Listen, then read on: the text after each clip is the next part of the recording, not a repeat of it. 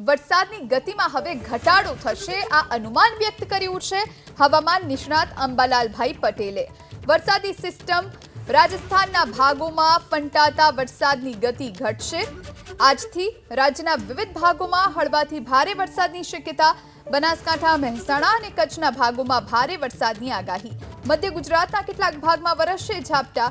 ઉત્તર સૌરાષ્ટ્ર, પશ્ચિમ સૌરાષ્ટ્રમાં મધ્યમ વરસાદની શક્યતા। આ વિશે વધુ જાણકારી માટે સંવાદદાતા વિપુલ બાલધા આપણી સાથે લાઈવ જોડાયા છે। વિપુલ, અંબાલાલભાઈ પટેલનું અનુમાન શું કહી રહ્યું છે? જી, જે પ્રકારે રાજ્યમાં છેલ્લા થોડા દિવસોમાં વરસાદ વરસ્યો હતો, ભારેથી અતિ ભારે વરસાદ, અને તેને જ લઈને અનેક વિસ્તારો જળબંબાકાર થયા હતા, પરંતુ હવે જે સિસ્ટમ જે છે તે રાજસ્થાન તરફ ફંટાતા હવે રાજ્યની અંદરથી ભારે વરસાદ જે છે તે હવે નહીં વરસે। મધ્યમથી હળવા વરસાદી ઝાપટા જે છે તે રાજ્યમાં આગામી 10 તારીખ સુધી વરસવાની વાત જે છે તે અંબાલાલ પટેલ કરી રહ્યા છે। તેમની સાથે જ વાત કરીશું। અંબાલાલ કાકા, હવે કયા પ્રકારની પરિસ્થિતિ રાજ્યમાં સર્જાશે? તારીખ 4-5માં જે લો પ્રેશર બન્યું હતું તેની સિસ્ટમ લગભગ રાજસ્થાનના સંલગ્ન ભાગોમાં અને સહેજ ઉત્તર ભારતના ભાગોમાં રહેવાની શક્યતા છે। એટલે હવે વરસાદની જે ગતિવિધિ છે એ ઉત્તર ગુજરાતના મહેસાણાના ભાગો, બનાસકાંઠાના ભાગો અને કચ્છના ભાગોમાં ભારે વરસાદ થશે। કેટલાક ભાગમાં અતિભારે વરસાદ થવાની શક્યતા રહેશે અને સાબરકાંઠાના ભાગો અને પંચમહાલના કેટલાક ભાગોમાં વરસાદની શક્યતા રહેશે, જેમાં કેટલાક ભાગમાં તો માત્ર વરસાદી ઝાપટાની શક્યતા રહેશે અને મધ્ય ગુજરાતના કેટલાક ભાગોમાં પણ વરસાદ પડવાની શક્યતા રહેશે। ક્યાંક ભારે વરસાદની ઝાપટા રહે અને લગભગ વડોદરા, આણંદ અને નડિયાદના ભાગોમાં પણ વરસાદની શક્યતા રહેશે। અમદાવાદના ભાગોમાં પણ વરસાદની શક્યતા રહેશે। ગાંધીનગરના ભાગોમાં પણ વરસાદની શક્યતા રહેશે। જોવા જઈએ તો હવે તજ ભાગોમાં વરસાદની શક્યતા ગુજરાતના ભાગોમાં લગભગ 35 મિલીમીટરથી લગભગ 100 મિલીમીટર કે 125 મિલીમીટર જેવા કેટલાક ભાગમાં રહેવાની શક્યતા રહેશે। એટલે વરસાદ અડધો ઇંચ, 1 ઇંચ કે 4 ઇંચના કોઈ ભાગમાં 5 ઇંચ સુધીનો આગામી દિવસોમાં વરસાદ થવાની શક્યતા રહેશે। જોકે તેના હિસાબે પણ જળાશયમાં પાણીની આવક થાય, પરંતુ મધ્યપ્રદેશમાં બહુ ભારે વરસાદ રહેતા લગભગ નર્મદા નદીમાં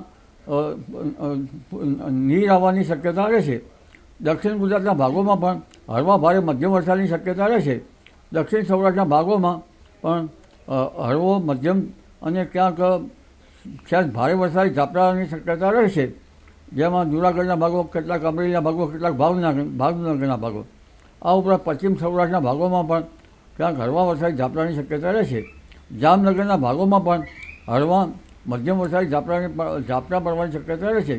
ક્યાંક વધુ ઝાપટા પડી શકે, પરંતુ ઉલ્લેખનીય છે કે તારીખ 7-8માં બંગાળ ઉપસાગરમાં એક બીજી સિસ્ટમ બને છે અને તે 10મી સપ્ટેમ્બર સુધીમાં ડીપ ડિપ્રેશનમાં જઈ શકે છે।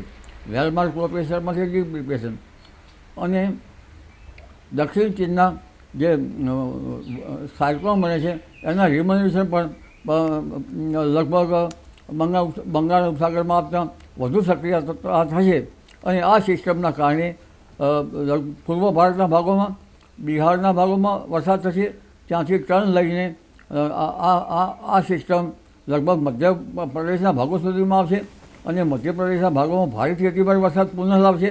નર્મદા નદીનું જળસ્તર પુનઃ વધશે, દરવાજા ખોલવા પડે, એના દરવાજા બંધના ખોલવા પડે એવી સ્થિતિ પણ સર્જાશે અને આ વરસાદના ભારે વરસાદી ઝાપટા લગભગ ઉત્તર ગુજરાતના ભાગો, કેટલાક પંચમહાલના ભાગો, બનાસકાંઠાના ભાગો, કચ્છના ભાગોમાં થવાની શક્યતા રહેશે। રાજસ્થાનના સંલગ્ન ભાગોમાં, મધ્ય ગુજરાતના કેટલાક ભાગોમાં પણ હળવા ભારે વરસાદી ઝાપટા પડવાની શક્યતા રહેશે।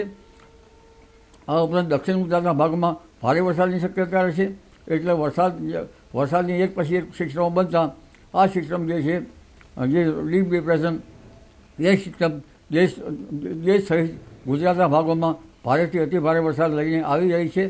એટલે તારીખ 10થી 22 સપ્ટેમ્બર વચ્ચે ગુજરાતના ભિન્ન ભાગોમાં પુનઃ ભારે વરસાદી ઝાપટાની શક્યતા જણાઈ આવે છે। જી તો જે પ્રકારે હવામાન નિષ્ણાત અંબાલાલ પટેલ જણાવી રહ્યા છે, અગાઉ જે રીતે 10 ઇંચ 12 ઇંચ 14 ઇંચ વરસાદ જે વરસી રહ્યો હતો તેમાં ચોક્કસથી હવે રાજ્યમાં ઘટાડો જોવા મળશે, પરંતુ 8 સપ્ટેમ્બરે બીજી એક સિસ્ટમ જે સક્રિય થઈ રહી છે તેના પગલે આગામી 12 થી 22 સપ્ટેમ્બર વચ્ચે મહારાષ્ટ્રના સંલગ્ન ભાગો, મધ્યપ્રદેશના સંલગ્ન ભાગો અને રાજસ્થાનની બોર્ડર પરના જે સંલગ્ન ભાગો છે ત્યાં હળવાથી ભારે વરસાદ વરસી શકે છે. જી